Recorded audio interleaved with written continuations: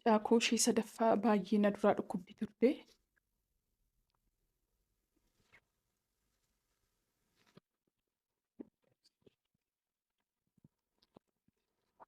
Innaan mucaa kana baay'ee nu duraa dhukkubbii Waaqayyo dubbatee madhalaan isin eebbisa jedhee nuu kenne. Isa booda mucaa managaa mucaa bareedduu Waaqayyo nuu kenneetu galateeffannu. Ji'a 5 booda mucaan kun dhukkubsachaa dhufte. Ji'a 5 booda dhukkubdii turte. Lakki ji'a 8ffaarraa yommuu geessu baay'ee dhukkubdee laftuu nuun itti hin geessin hin jiru.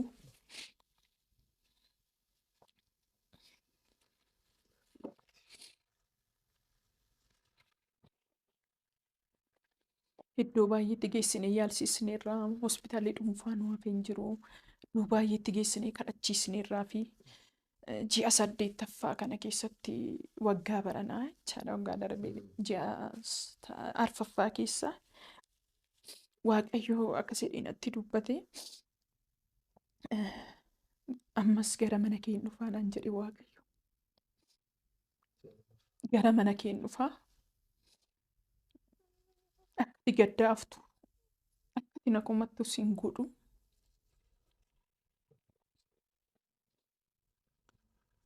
Itti dhabuun barbaadu siifan eeggadha naaf eeggadhu naan jedhe Waaqayyo.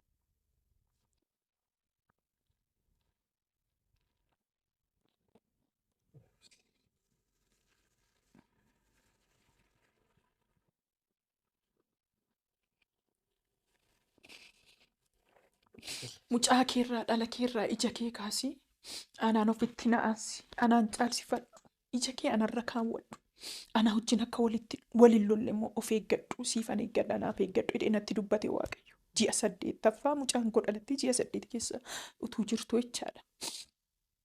Gaafan ergaa kana dhaga'ee namatu biyya fagoorraa bilbilaan naa kadhatee ergaa kana natti dubbate. Ayyaana dhuguyyaansaa. Annaa nan boo'e nan gadoodee akkuma waan isheen duute awwaaleettan boo'e bakka. Isa booda ergaa kana abbaa manaa kootti hin himne ijoollee kootti hin himne ji'a 7f ergaan kuntuu gargar hin citiin karaa nama garaagaraa natti dubbata ture. Karaa nama garaagaraa Waaqayyo natti dubbata abjuun natti dubbata taa'ee wanta gibbii qe'ee koo keessatti ta'uu diilallaa wayituu natti qilleensee humni addaa tokko narra dhufe utuun hin jaallatiin halleeluyaan jedhee afaan haaraa na dubbachiisee na faarfachiisuutti ka'e. Isa booddee faarfachuuttan ka'e nan faarfadhee humni kun natti dabalamaa gaafa dhufu faarfannaan gara koo dhufee ani rakkina keessan jira dhiphina keessan jira faarfannaan dhufe garuu mucaa dhukkubsattuu baadhee hin jira faarfannaan dhufe garuu faarfannaa galataa faarfannaa moo'ichaa faarfannaa guddummaa Waaqayyoo himu. Mootii nagaa dhufe iyyaa waaqa nagaa dhufe iyyaa kiyyichi cabeera iyyaa Yesuus du'aa kaasa iyyaa kan jedhu faarfannaa moo'ichaa faarfannaa galataa.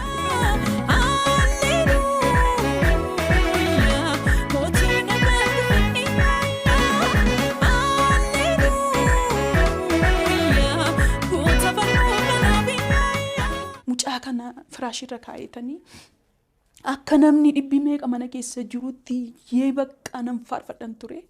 Mucaan koo harka ishee rukuttee mataa raastee naa wajjin faarfatti turte. Faarfannaa kanaa wajjiniin sagaleen dhaga'a.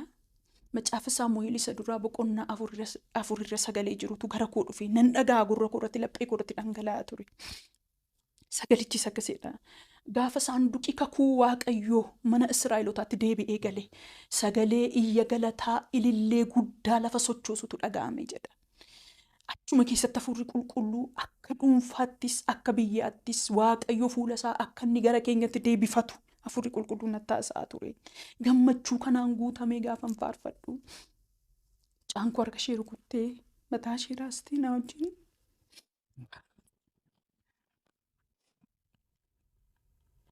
faarfatti turte. Har'a utuu mucaan koo jiraattee faarfannaa kana naa wajjin faarfattee mucaa koo qabadhee dhufee dhugaa bahii natti tola ture.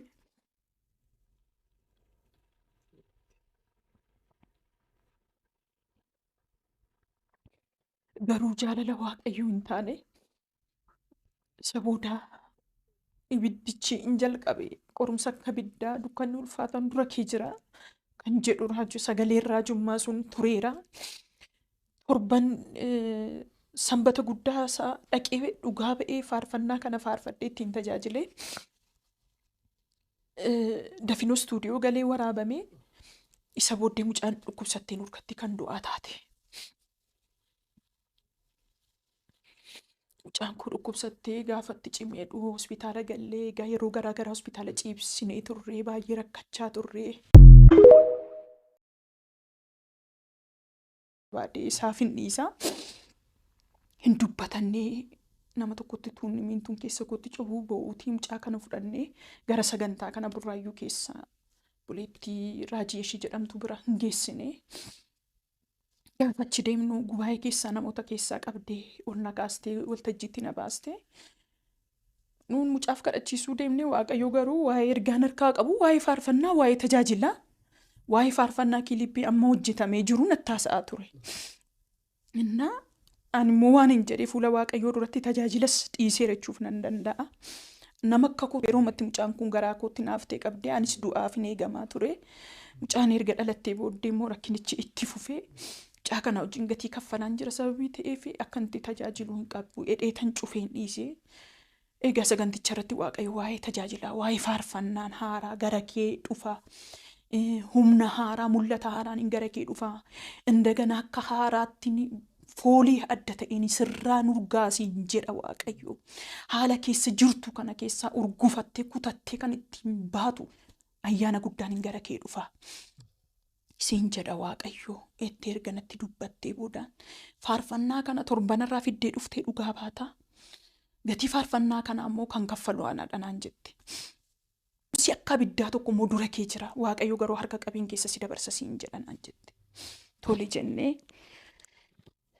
hin gallee facaasaa halkan abjuudhaan Waaqayyo gara koo dhufee abjuun argaa. Kophee shanxaa tokko guutuu fidaniitu keessaa filadhu kophee sii binnanaan jedhu shanxaa guddaa tokko keessa baasee nan filadhaa baay'een isaa kan hojjete kan keewwatamedha.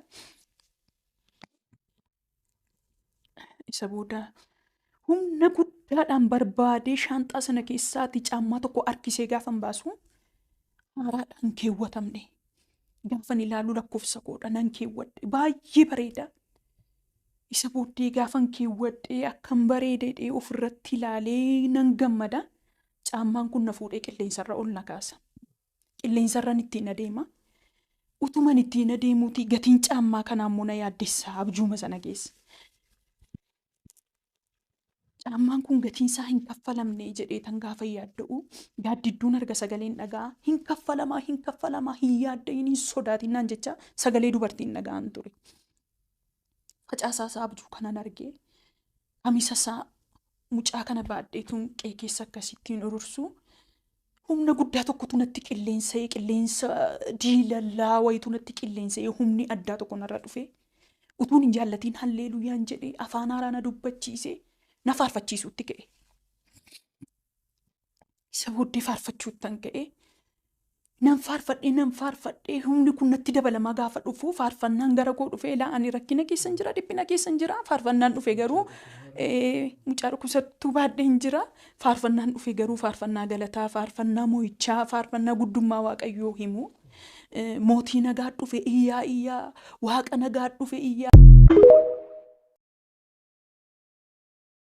Baadhee isaaf hin dhiisaa hin dubbatannee. Nama tokkotti tuunni miintuun keessa kootti cubuu bo'uutii mucaa kana fudhannee gara sagantaa kana Burraayyuu keessa buleettii Raajii ishii jedhamtu bira hin geessinee. Gaafa achi deemnu gubaa'ee keessaa namoota keessaa qabdee ol na kaastee waltajjiitti na baastee. Nuun mucaaf kadhachiisuu deemnee Waaqayyo garuu waa'ee ergaan harkaa qabu waa'ee faarfannaa waa'ee tajaajilaa waa'ee faarfannaa kilippii amma hojjetamee jiru natti haasa'aa ture. Innaa ani immoo waan hin jedhee fuula Waaqayyoo duratti tajaajilas dhiisee jechuuf nan danda'a. Nama akka koo yeroo matti mucaan kun garaa kootti naaftee qabdee anis du'aaf hin eegamaa ture. Mucaan erga dhalattee booddee immoo rakkinichi itti fufee mucaa kana wajjin gatii kaffalaan jira sababii ta'eef akka inni tajaajilu hin qabu edhee tan cufee hin dhiisee. Egaa saganticharratti waaqayyo waa'ee tajaajilaa waa'ee faarfannaan haaraa gara kee dhufa.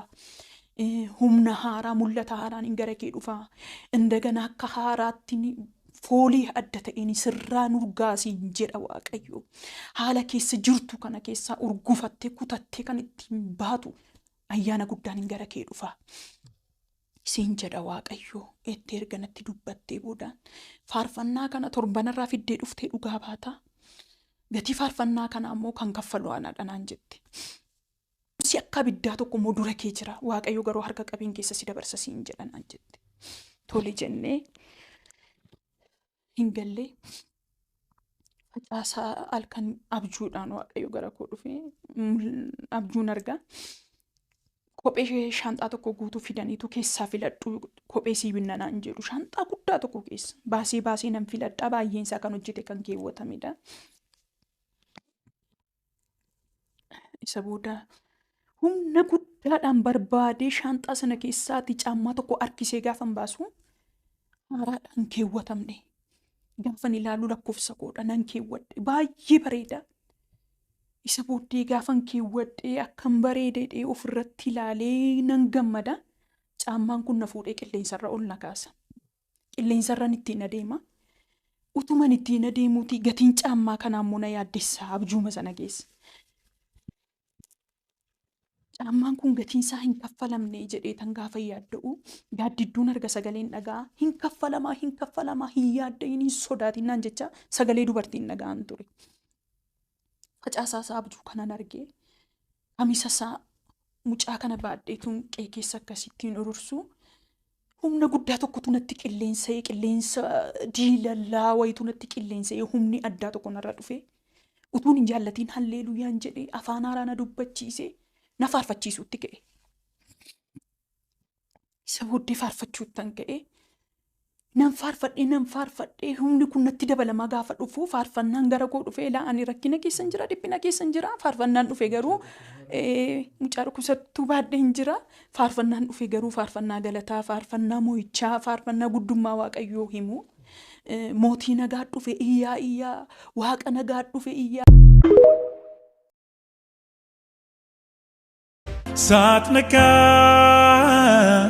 Satnakanya lauta kazi Satnakanya lauta kazi Yifawes idasenyeche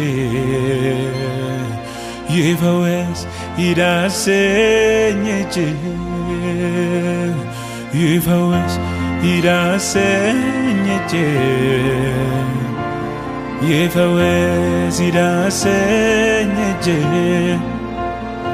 Minakal taklo Yamila wite ilela dirgo Echi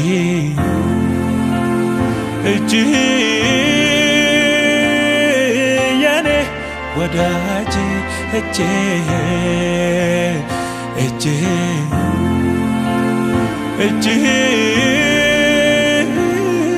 Yane wadaje Yifawes idasenyeche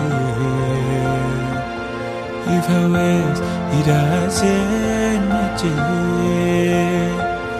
Yifawes idasenyeche Yifawes ከየት ነው መጣሽው? ከአዲስ አበባ። ምንድን ነው ችግርሽ? ዲክስና የነርቭ እና ጉልበቴን ያመኛል። ነርቭና ዲክስ ሚኒሊክ ሄጃለሁ። ካጎበጠሽ መቼ ነው? አሁን ካጎበጠኝ ሄደ አመት 3 ዓመት በላይ ነው። 3 ዓመት። ይሄ ሁሉ ሲድ ከጥቁር አንበሳ ነው ተሰጥቶሽ? የዮርዳኖስ ሄጄ ኦፕሬሽን ሁኛልኝ አልችልም አልኳቸው። ነይ ወደ ነይ። Keep watching to the screen. This sister was suffering of such a bent over since the last 3 years.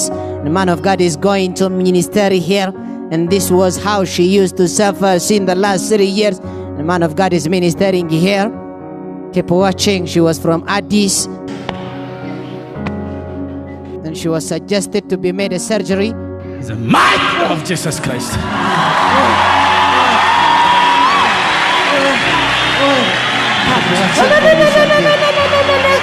በዝና ነው የመጣሁት። በዝና The mighty name of Jesus Christ. Richness from the healing power of God that work. ተራመድ። ወደ ላይ። ያው What? There's somebody Yeah. for her. Praise be the name of the Lord. ተፈውሻለሁ። እግዚአብሔር የተመሰገነ ይሁን። ድኛለሁ። ጎፍታ ጎፍታ ታፊ ዩፎሪቹ ከንዳን ነው።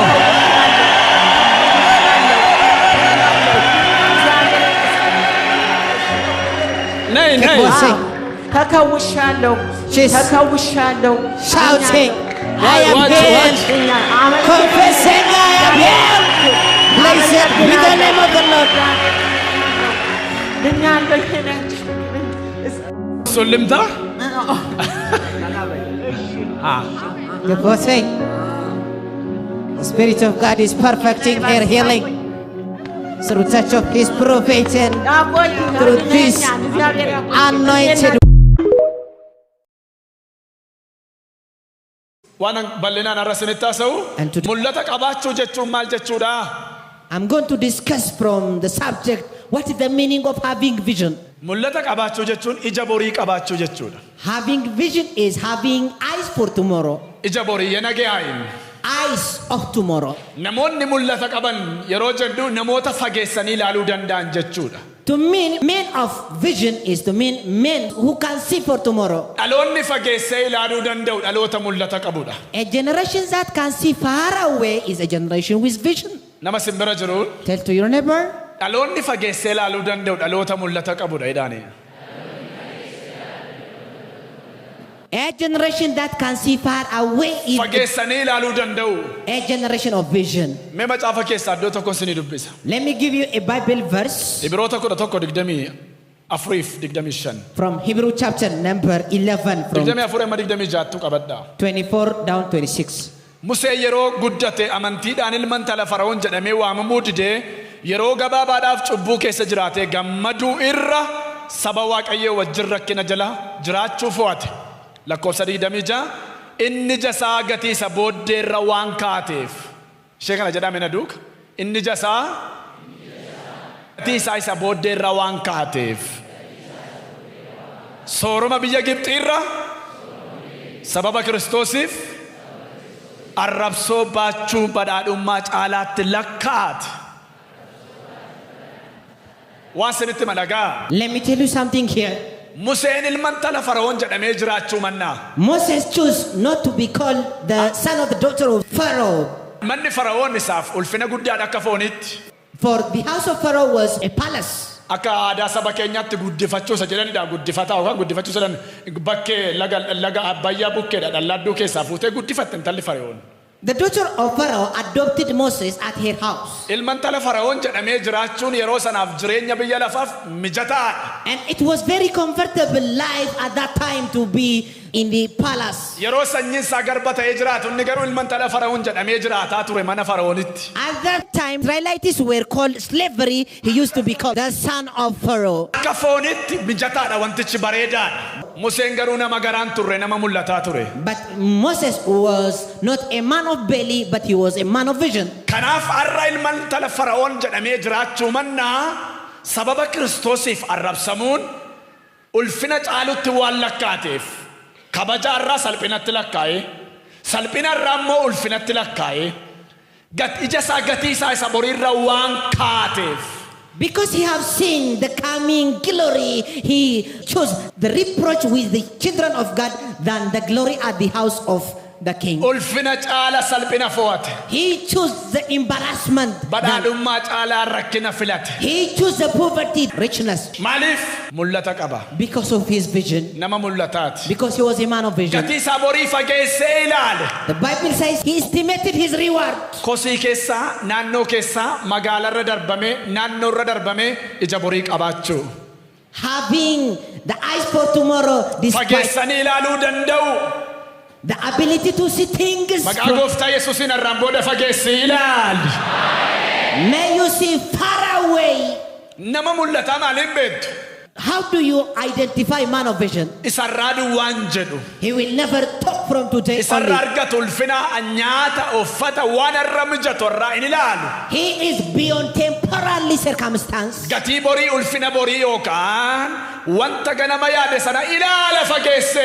For he will consider the coming glory and the reward. Dhaloonni fageesse ilaalu karaa dheeraa qaba. And a generation that can see far away has a long journey. Dhiiga walichaan siifan karaa dharraa kaasee fageessitee ilaaluu danda'i. Fageessitee ilaaluu danda'i. May you receive the ability to see far away, to think far away. Akka dhaloonni fageesseen ilaalle maaltu godha yoo jettanii? What is the hindrance against looking too far away? Waan irraati. Only temporal things. Waan irraa argamu ulfinarraa gammachuu yeroo muraasaa mijachuu jireenyaa yeroo muraasaa waan hammaa inni kun akka namni fageesseen ilaalle nama godha. The temporary comfortability, the temporary joy are an obstacles to see from far away. Museen garuu gatii isaa isa boriirra ija waan kaateef fageessee ilaaleedha. But Moses looked far away because he considered the reward ahead of him. Filiphisius 3:19 In Philippians 3:19, dhumni isaanii badiisa garaan isaanii waaqayyo isaaniiti salphinni isaanii ulfinatti lakkaatu yaada